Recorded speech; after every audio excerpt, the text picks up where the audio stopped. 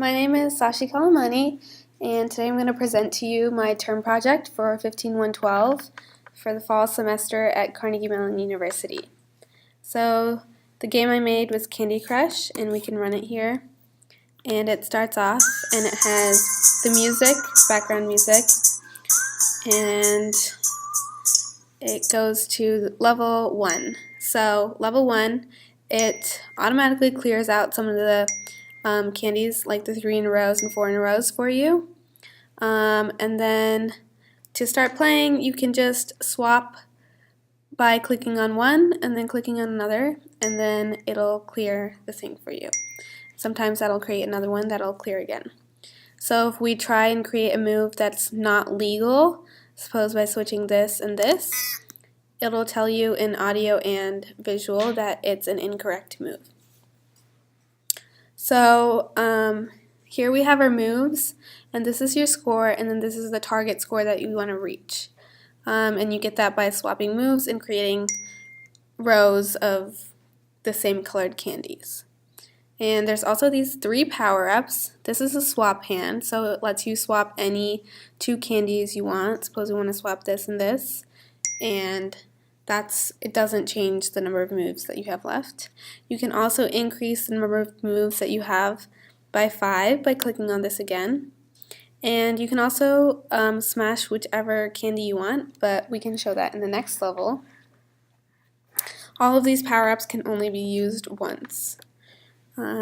So we can just keep going through and trying to create as many 3 in rows and 4 in rows and 5 rows as possible. By creating this 4 in a row here, it's going to clear this entire row. And then you can also create an L-shaped candy, which we don't have right now, but you just want to go through and try and clear as many as possible. So we're almost there to a score, just a couple more moves. And because we reached our score before the number of moves ran out, we got to the second level, which has jelly.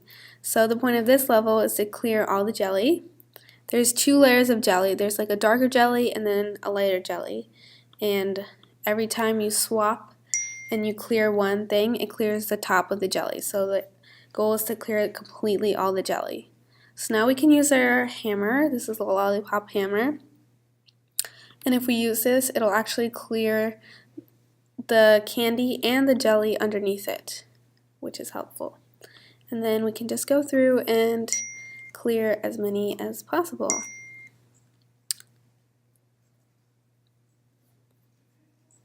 Okay, so now I can show you what happens on the main screen if you click the question mark button. After the song plays out, it actually takes you to a direction screen.